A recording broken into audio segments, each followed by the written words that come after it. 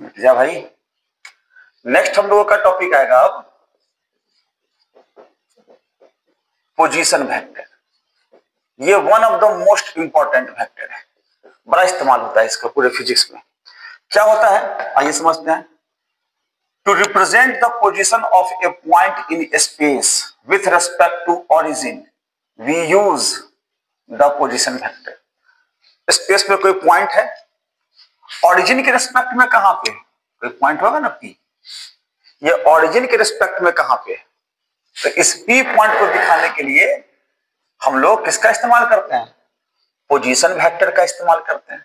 कैसे दिखाते हैं, आमतौर पर इसको आर के ऊपर तीर लगाकर दिखाते हैं, लेकिन ऐसा कोई कसम नहीं खाएंगे। जैसे कोई वेक्टर ए है तो उसको ए से ही दिखा देंगे पोजीशन वेक्टर उसका, है ना, तो कोई मैटर नहीं कर रहा। तो बात समझ आया, क्या लिखेंगे इसमें, to represent the position of a point in space we use the position vector, vectors भी कह सकते हैं। it is generally denoted by r के ऊपर तीर। सिंपल बात है, स्पेस में कोई पॉइंट है, जैसे मान यही कोई पॉइंट है, ऑरिजिन के रिस्पेक्ट में कहां पे, कहीं भी है, तो उसको कैसे दिखाएंगे, आर से दिखाएंगे। आर क्या हो जाएगा यहां पर, पोजीशन वेक्टर हो जाएगा। क्लियर है बात। चलिए, तो यहां से मन में डाउट होगा ना कि सर जी जरूरी है कि स्पेस में क्यों को पॉइंट होगा, दो को पॉइंट होगा। ठीक है, अगर स्पेस में दो को पॉइंट होगा, यहां एरो देके लिख सकते हैं पीवी। पीवी का मतलब क्या होगा, position vector between two points के बीच का पोजीशन वेक्टर। तो ठीक है, तो पहले ये देखते हैं, मान लेते हैं ऑरिजिन है, ऑरिजिन के रेस्पेक्ट में कोई ए को पॉइंट है, मान लेते हैं ए है, मान ले, ठीक है, इसको आर ए से दिखा दिए। कोई दूसरा पॉइंट है ऑरिजिन के रेस्पेक्ट में, मान लेते हैं कि बी है, इसको हम लोग आर बी से दिखा दिए। कितना सारा भी पॉइंट होगा ऑरिजिन के रेस्पेक्ट में हम लोग इजीली उसको दिखा सकते हैं आर के ऊपर तीर लगा लगा करके। ये बात तो हम लोग सीख गए हैं, ठीक है। लेकिन दो पॉइंट के बीच का पोजीशन वेक्टर क्या होगा, ए और बी के बीच का। कहने का मतलब है कि यदि हम लोग ए से बी को मिला दें या बी से ए को मिला दें, तो आर ए से बी मिला है तो आर ए बी क्या होगा, बी से ए को मिलाएंगे तो आर बी ए क्या होगा, है ना। तो दो पॉइंट के बीच का पोजीशन वेक्टर निकालना है। कैसे निकालते हैं इसको, बड़ा ही आसान है। कैसे, आप लोग पढ़िएगा, इसके आगे हम लोग एनालिटिकल मेथड करते हैं, triangle law of vector addition पढ़ते हैं, है ना। एडिशन वाले में सीखते क्या है कि यदि दिया गया वेक्टर, अगर दिया गया वेक्टर एबीसी मान लेते हैं ना, ए है, बी है, सी है, किसी ट्रायंगल के साइड्स को रिप्रेजेंट करता हो, कर सकता है, कर रहा है, ठीक है। तो एक ऑर्डर वाला एक तरफ और अपोजिट वाला बराबर के दूसरी तरफ, यानी कि क्लॉकवाइज वाला एक तरफ, एंटी क्लॉकवाइज वाला बराबर के दूसरी तरफ। यानी कि इस पिक्चर से हम लोग क्या बोलते हैं कि ए बी है क्लॉकवाइज प्लस बी सी है क्लॉकवाइज, उसके उल्टा में कौन जा रहा है, ए सी, तो ए सी। तो क्लॉकवाइज वाला एक तरफ, एंटी क्लॉकवाइज वाला बराबर के दूसरी तरफ। इस कॉन्सेप्ट का हम लोग इस्तेमाल करते हैं। आइए जरा देखते हैं, क्लॉकवाइज वाला है ना, क्लॉकवाइज वाला एक तरफ क्या लिखेंगे, लिखेंगे यहां पर सबसे पहले here from triangle law of vector addition, vector addition के ट्रायंगल लॉ से क्या लिखेंगे, क्लॉकवाइज वाला एक तरफ, तो R A plus R A B, उसके बाद एंटी क्लॉकवाइज वाला ये है ना, बराबर के दूसरी तरफ, तो आर बी। कहेंगे। तो आर ए बी क्या हो जाएगा, बराबर को इधर कर देंगे तो R B minus R A. यही तो तरीका है कि दो पॉइंट्स के बीच का पोजीशन वेक्टर अगर निकालना हो तो हम लोग कैसे याद रखते हैं, बाद वाले का पहले। क्या मतलब, आर ए बी का मतलब हो गया पोजीशन वेक्टर किसका, ए बी का। क्या हो जाएगा ये, position vector of B minus position vector of A. अगर इसी प्रकार से कोई बोल दे, इसको ऐसे भी लिख सकते हैं, ए बी बराबर vector B minus vector A. कोई बोलेगा नहीं हमको बी ए बताओ भाई। अब देखिए बी ए बाद में कौन आया, ए, तो लिखेंगे ए माइनस बी। कोई बोलेगा नहीं हमको सी डी बताओ, सी डी बाद में कौन आया, डी, तो डी माइनस सी।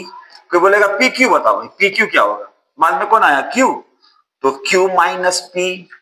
तो इस तरीके से किसी भी दो पॉइंट के बीच का हम लोग पोजीशन वेक्टर निकाल लेते हैं। Position vector of P Q बराबर position vector of Q minus position vector of P. कोई दिक्कत नहीं, तो दो पॉइंट के बीच का पोजीशन वेक्टर निकालने आ गया। चलिए ठीक है, अब यहां से आपको पता ही होगा ऑरिजिन के रेस्पेक्ट में अगर कहीं कोई पॉइंट दिया हुआ है तो उसका कोऑर्डिनेट्स भी देता है, नहीं क्या। तो एरो देकर लिखते हैं position vector in two dimensions.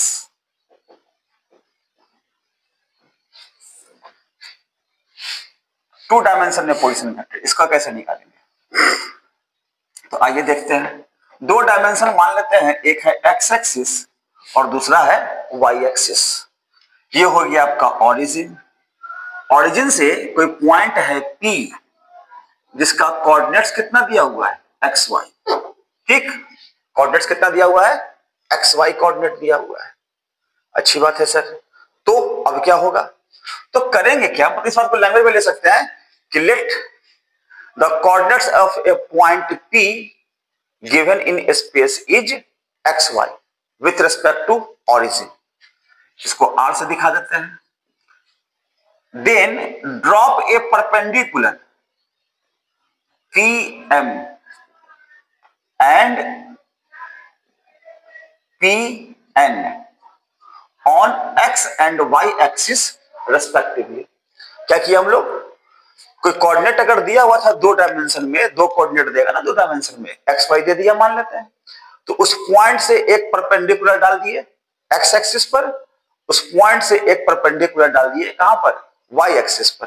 ठीक, तो O से M के बीच का दूरी क्या होगा, x, तब ना कोऑर्डिनेट दिया हुआ है x। O से N का या M से P का कितना दूरी होगा, y। आपको याद होगा स्पेस में कोई दो पॉइंट रहता था, मान लेते हैं ना 2 3, तो कैसे ग्राफ पे बनाते थे हम लोग, ग्राफ लेते थे,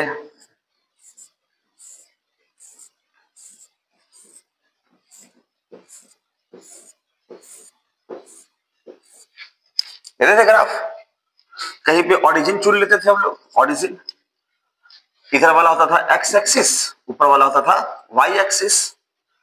यहां से दो घर, एक घर दो घर चले, दिमाग में रख लिए। वाई में 3 घर, 1 2 3 घर चले, 3 के बाद 1 2 यहां आ गए और इसको अपन लोग मिलाते थे। इस पॉइंट का कोऑर्डिनेट क्या होता था, 2 3। तो एक्स में कितना चले, 2 घर यानी कि 2, वाई में कितना चले 3, तो वाई में चले 3। तो अगर कोऑर्डिनेट दिया हुआ है तो एक्स कोऑर्डिनेट अगर है तो एक्स दूरी चला होगा, अगर कोऑर्डिनेट वाई है तो वाई चला होगा। 2 होता तो 2 चलता, 3 होता तो 3 चलता, जो भी रहता कोऑर्डिनेट। तो कोऑर्डिनेट का कंसेप्ट आपके पास होगा, ऐसा आशा करके चल रहे हैं हम लोग। तो यहां भी है।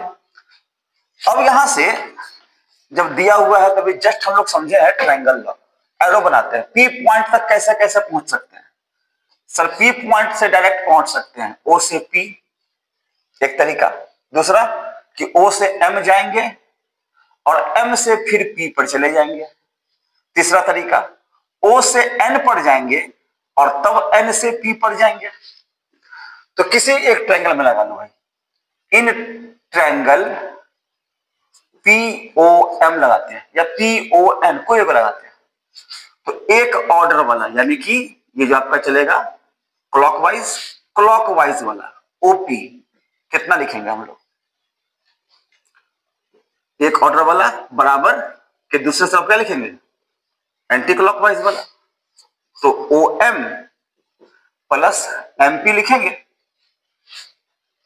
ओपी को क्या रिप्रेजेंट करना है, आर से, ओएक्स का लेंथ कितना है, एक्स। अब ये चूंकि एक्स एक्सिस में है तो जस्ट आपको सिखाया है म्यूचुअली परपेंडिकुलर यूनिट वेक्टर में कि एक्स एक्सिस की ओर अगर कोई वेक्टर होगा तो क्या लगाइएगा, तो आई कैप लगाइएगा, हाँ कि ना, ये सर अभी तो आप सिखाए हैं।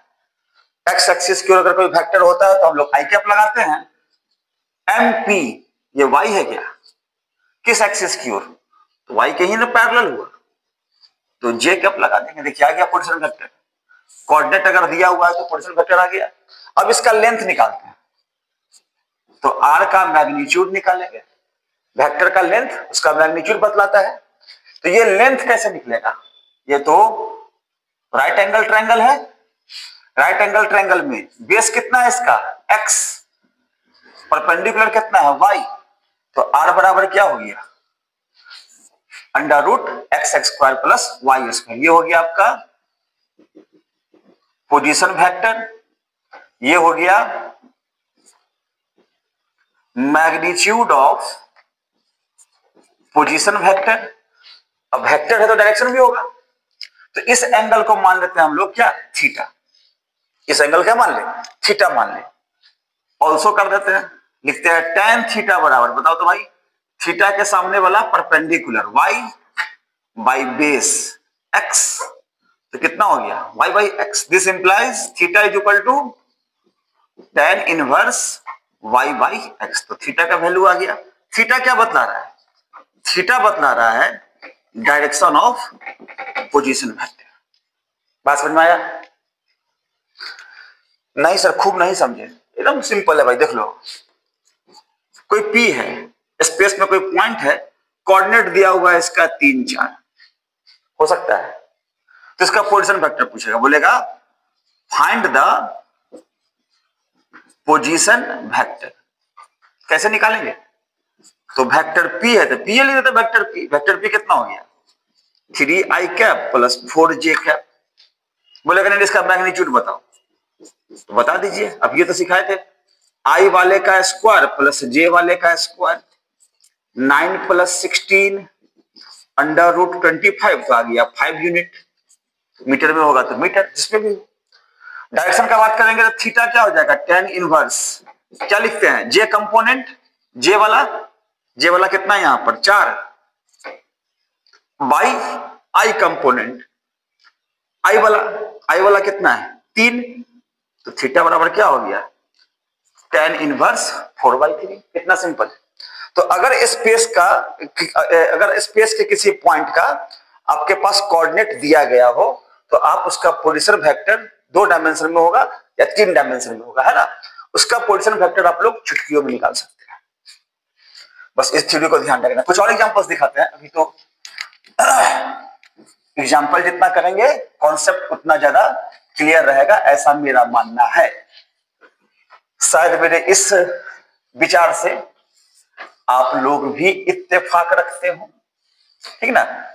चलिए अब दिखाते हैं, अगर कोई पॉइंट है P, चलो A मान लेते हैं, कितना P मानेंगे, कोई पॉइंट है A, कोऑर्डिनेट दिया हुआ है 2 - 3, तो बताओ पोजीशन वेक्टर क्या होगा। नोटबुक निकालिए, कलम निकालिए, बना के दिखाइए, समझ देते हैं आपको। समय हो गया अब, क्यों, क्योंकि आप तो पॉज करके बना लीजिएगा उसको, रोक करके वीडियो को। अब देखिए A का वेक्टर क्या होगा, आई कंपोनेंट, यानी कि पहला कोऑर्डिनेट कौन है, आई वाला, तो 2i कैप, दूसरा क्या है माइनस में 3 है तो -3j कैप। बोलेगा इसका मैग्नीट्यूड बता दीजिए सर, बता दीजिए, 2 का स्क्वायर माइनस का स्क्वायर करेंगे तो प्लस ही आएगा, तो 3 का square 4 + 9 under root 13 unit. Direction बोलेगा तो tan inverse, y component minus में है तो -3/2, सिंपल। तो किसी भी पॉइंट का कोऑर्डिनेट अगर दिया हुआ हो तो हम लोग उसका पोजीशन वेक्टर बड़ा ही आसानी से निकाल लेते हैं। ठीक है, अब पोजीशन वेक्टर मान लेते 2 पॉइंट का है, बोलेगा find the position vector of P 2 3 and Q 5 6। चलिए 5 7 कर देते हैं, अलग अलग कोई डिजिट कुछ भी दे सकता है। तो कैसे निकालेंगे, निकालना पड़ेगा, देखिए आराम से। यहां पे हियर सबसे पहले क्या निकालेंगे, P का वेक्टर P क्या लिखिएगा, वेक्टर P हो जाएगा आपका 2i cap plus 3j cap, चूंकि दोनों प्लस में है, एंड वेक्टर Q कितना हो जाएगा 5i cap plus 7j cap. होगा ऐसा, होगा ऐसा। अगर ऐसा होता है तो, अगर ऐसा होता है तो अब लिखेंगे हम लोग, निकालना किसका है, find the position vector P Q निकालना है ना, क्वेश्चन कुछ छूट गया। Find the position vector of P Q if P इतना एंड क्यू इतना। निकालना क्या है, पी क्यू। अभी सिखाया ना आपको, 2 पॉइंट्स के बीच का पोजीशन वेक्टर कैसे निकालते हैं, बाद वाले का पहले। पी क्यू में क्या लिखेंगे, क्यू माइनस पी। अब चाहिएगा तो लिख करके घटाइए या मन घटा लीजिए, आई वाले को आई के साथ, क्योंकि सीखे हुए हम लोग only like vectors can be added और सब्सट्रैक्टेड। लाइक को आई वाले को आई के साथ जोड़ सकते हैं, घटा सकते हैं, जे वाले को जे के साथ जोड़ घटा सकते हैं। आई का जे से जोड़ नहीं होगा, जे का आई से के साथ नहीं होगा, तो आई वाले को आई के साथ घटाना है ना, तो 5 माइनस 2 डायरेक्ट लिख सकते हैं 3i कैप। 7 माइनस 3 कितना हो जाएगा 4j कैप। अब इसका मैग्नीट्यूड कहेगा तो मैग्नीट्यूड निकाल दीजिए पी क्यू का, अंडर रूट 3 का स्क्वायर प्लस 4 का स्क्वायर। अगर डायरेक्शन बोलेगा तो थीटा निकाल देंगे, tan inverse 4/3 and so on. कोई 2 कोऑर्डिनेट दे देगा, मान लेते हैं ना P आपको दे दिया 3 माइनस 2, चलो P छोड़ देते हैं, A मान लेते हैं। A दे दिया 3 माइनस 2 एंड B दे दिया 4 3, कुछ भी कोई डिजिट दे देगा, डिजिट का आंसर है। कैसे निकालेंगे, सिंपल बात है। A का 3i cap minus 2j cap, B का कितना होगा 4i cap plus 3j cap. तो ए बी क्या लिखेंगे, बाद वाले का पहले, B माइनस ए, तो ए बी वेक्टर कितना आ गया, अब आई वाले को आई के साथ 4 में से 3 गया तो केवल आई कैप। 3 माइनस माइनस 2 कितना हो जाएगा प्लस 5। आप कोऑर्डिनेट से भी घटा के लिख सकते हैं, लिख करके जैसे भी आपको घटाना है, तो पोजीशन वेक्टर तो घटा के निकालेंगे ना, बाद वाले का पहले। अब यहां से मैग्नीट्यूड निकालना होगा, तो अंडर रूट 1 का स्क्वायर प्लस 5 का स्क्वायर। अगर डायरेक्शन पूछेगा तो थीटा बराबर क्या लिख दीजिएगा, tan इनवर्स 5/1, 1 तो गायब हो जाएगा, सीधा 5 आंसर। तो इस तरीके से हम लोग 2 डायमेंशन में पोजीशन वेक्टर को निकालते हैं, ठीक है। और इसी में बोला कि नहीं सर 2 डायमेंशन का नहीं, 3 डायमेंशन में होगा तो क्या करेंगे, आइए उसको भी देख लेते हैं। वो भी आसान है, बिल्कुल जैसे प्रकार से हम लोग 2 डायमेंशन का करते हैं ना, ठीक उसी प्रकार से हम लोग 3 डायमेंशन का भी करते हैं। कैसे करते हैं, आइए इसको समझाते हैं आपको। 3 डायमेंशन का देखा जाए सर, 3 डायमेंशन का देखा जाए, उसका तो पिक्चर आप लोग को आता होगा बनाने, चलिए अब भी बना देते हैं। एक तरफ लेते हैं x axis, y axis, z axis, यही कोई पॉइंट है P। 3 डायमेंशन में क्या होगा, 3 कोऑर्डिनेट दिया होगा एक्स वाई जेड, ये हो गया आपका ओरिजिन। अब देखो थोड़ा मार्कर बदल के दिखाते हैं। इस P पॉइंट पर हम लोग डायरेक्टली तो पहुंच ही सकते हैं, एक और तरीका है पहुंचने का। आप सबसे पहले हम दिखाते हैं पॉइंट वगैरह सब खींच खाच के,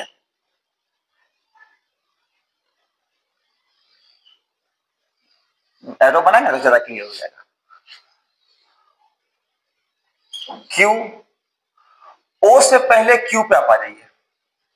आप डायरेक्टली 3 डायमेंशन में तिरछा जाइएगा थोड़ी होगा, वो जैसे कॉपी वगैरह पे ना, तो पहले प्लेन पर चलते हैं हम लोग। तो एक्स वाई प्लेन पर चलेंगे तो पहले हम लोग क्या आते हैं, क्यू पे आ जाते हैं, और तब क्यू से ऊपर उठेंगे तो कहां पहुंच जाएंगे, पी पर पहुंच जाएंगे। और यही आपका पोजीशन वेक्टर निकालना भी होता है, इसी को हम लोग आर मान लेते हैं, ठीक है। और आ गया बात कि सर क्यू तक कैसे पहुंचेंगे, तो क्यू तक पहुंचने का तरीका आप एक्स में चलिए, पी क्यू आर मान लेते हैं, एक्स में चलिए आप आर तक और आर से आ जाइए क्यू तक, तो ओ से आर गए, आर से क्यू गए, अब क्यू से पी तक आइए। या आप एक दूसरा काम भी कर सकते हैं, दूसरा रास्ता चूज कीजिए, एस तक आ जाइए, ओ से एस तक आ गए और तब एस से क्यू तक गए, अब क्यू से पी तक जाइए। तो कोई आप प्लेन पर पहले एक प्लेन पर चल लीजिए और तब ऊपर की ओर उठिएगा तो आप तीसरे डायमेंशन में इजिली पहुंच जाइएगा। ठीक है, तो इस तरीके से हम लोग चलेंगे। अब इस क्रम में हम लोग देख सकते हैं, अगर ओ से आर तक हम लोग चलते हैं तो दूरी कितना तय करेंगे, कोऑर्डिनेट एक्स दिया हुआ है तो एक्स दूरी तय करेंगे।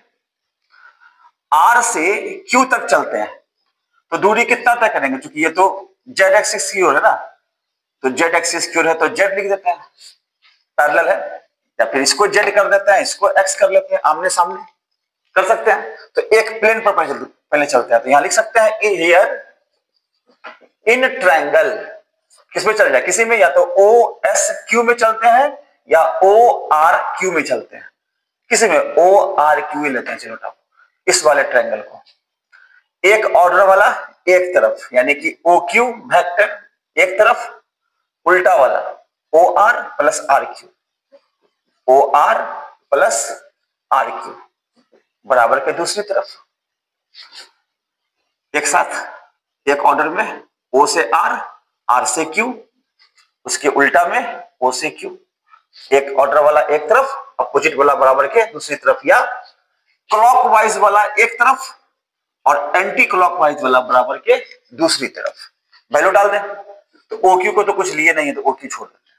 ओ आर कितना होगा, मैग्नीट्यूड इसका एक्स, अब ये चूंकि एक्स एक्सिस की ओर है तो लगा देंगे आई कैप, आर से क्यू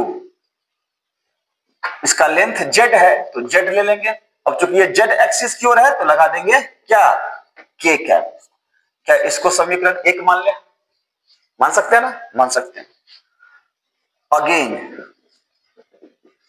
इन ट्रायंगल, अब आ जाओ बड़े वाले में, O Q P, O Q P, तो अब मन में सवाल उठेगा कि सर हम लोग क्यू तक तो पहुंच गए, क्यू से कितना ऊपर चलेंगे तो पी तक पहुंच जाएंगे। तो आप ये लाइन दिख रहा है, ये लाइन, ये लाइन, इस लाइन के पैरेलल इधर से खींच लो, ये वाई एक्सिस के पैरेलल हो गया, ये वाई एक्सिस के पैरेलल, ये लेंथ कितना होगा y, तो ये लेंथ भी कितना होगा y। तो इन ट्रायंगल हम लोग चलते हैं किसमें, ओ क्यू पी में, ओ क्यू पी में, इस ट्रायंगल में एक ऑर्डर वाला ओपी एक तरफ है, ओपी एक तरफ है, उल्टा में किधर हो गया, ओ से क्यू गए और फिर क्यू से पी पर गए, कोई दिक्कत, ओ से क्यू गए, क्यू से पी पे गए, उल्टा में कौन आ गए, ओ से आर, एंटी क्लॉकवाइज क्लॉकवाइज। ये बात तो समझ में आ रहा है, चूंकि कई बार इस्तेमाल कर चुके। वैल्यू डाल दीजिए, ओपी का value R vector, R vector O Q कितना लिखेंगे, ओ क्यू, ओ क्यू की जगह लिख सकते हैं डायरेक्ट लिख दीजिए एक्स आई कैप प्लस जेड के कैप, और क्यू पी कितना है, वाई है, लेंथ कितना है वाई, किधर की तरफ, वाई एक्सिस की तरफ, तो लगा देंगे जे कैप। कैसे लिखे, तो using equation first, equation first का इस्तेमाल करके ऐसा लिख सकते हैं। अब इसी को सजा के लिख दीजिए ऑर्डर में, एक्स आई कैप प्लस वाई जे कैप प्लस जेड के कैप, आ गया आपका पोजीशन वेक्टर। इसी में अगर मैग्नीट्यूड कहेगा तो आर का मैग्नीट्यूड निकाल दीजिएगा, कैसे निकालिएगा, आई वाले का स्क्वायर प्लस जे वाले का स्क्वायर प्लस के वाले का स्क्वायर, ये मैग्नीट्यूड आ गया उसका। समझ में सब लोग को। तो कोऑर्डिनेट दिया हुआ है ना, उतना कौन थ्योरम याद रखता है, कोऑर्डिनेट दिया हुआ है ना, कोऑर्डिनेट। जैसे चलो अब इस पर एग्जांपल देखते हैं और समझ में आएगा, एग्जांपल देखेंगे और समझ में आएगा। इधर 2 डायमेंशन का हो गया, इधर 3 डायमेंशन का हो गया। जैसा 2 डायमेंशन का होता है ठीक वैसा ही 3 डायमेंशन वाला भी होता है। क्लियर है। अब देखिए इस पर कैसे कैसे डील करते हैं इसको। पोजीशन वेक्टर का इस्तेमाल हर जगह होगा भाई, वर्क निकालने में होगा, टॉर्क निकालने में होगा, और भी कई जगहों पे होता रहता है। बड़ा इंपॉर्टेंट है, इसको सीखना आवश्यक है। जैसे मान लेते हैं ना कोई पॉइंट है P, इसका कोऑर्डिनेट दिया हुआ है 2 4 1, तो पोजीशन वेक्टर क्या होगा? कह देगा find position vector if P बराबर इतना। कैसे निकालेंगे? तो वेक्टर P बराबर हो जाएगा, x कोऑर्डिनेट 2 है तो 2i कैप, y कोऑर्डिनेट 4 है तो 4j कैप, z कोऑर्डिनेट 1 है तो 1 गुना में छुप जाएगा, सीधा हो जाएगा k कैप। इसका मैग्नीट्यूड बोलेगा तो अंडर रूट 2 का स्क्वायर प्लस 4 का स्क्वायर प्लस 1 का स्क्वायर। इसको सॉल्व कर देंगे, ठीक है। इसी तरीके से कुछ भी कह देगा, जैसे कि मान लो a का कोऑर्डिनेट दे दिया 2 -3 4, चलो ठीक है। इसको क्या लिखेंगे? इसमें इसका क्या हो जाएगा? पोजीशन वेक्टर a बराबर x कोऑर्डिनेट 2 है तो 2i कैप, y कोऑर्डिनेट 3 है तो 3j कैप, z कोऑर्डिनेट 4 है तो प्लस 4k कैप। यहां माइनस था तो माइनस लगा दिए। इसका पूछेगा मैग्नीट्यूड बताओ भाई, तो मैग्नीट्यूड के लिए क्या करेंगे? 2 का स्क्वायर प्लस 3 का स्क्वायर प्लस 4 का स्क्वायर, हो गया सिंपल।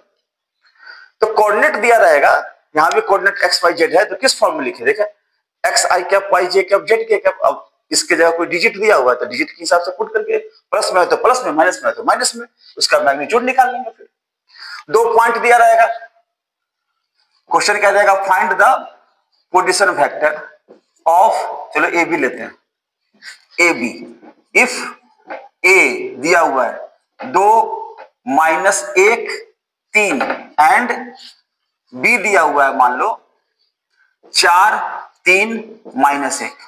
चलो अलग अलग मान लिया, कैसे निकालेंगे? तो तरीका सिखा, जिस प्रकार से हम लोग 2 डायमेंशन का निकालते हैं ठीक उसी प्रकार से 3 डायमेंशन का भी निकालेंगे। कैसे? तो ए का पहले निकाल लो, कितना होगा?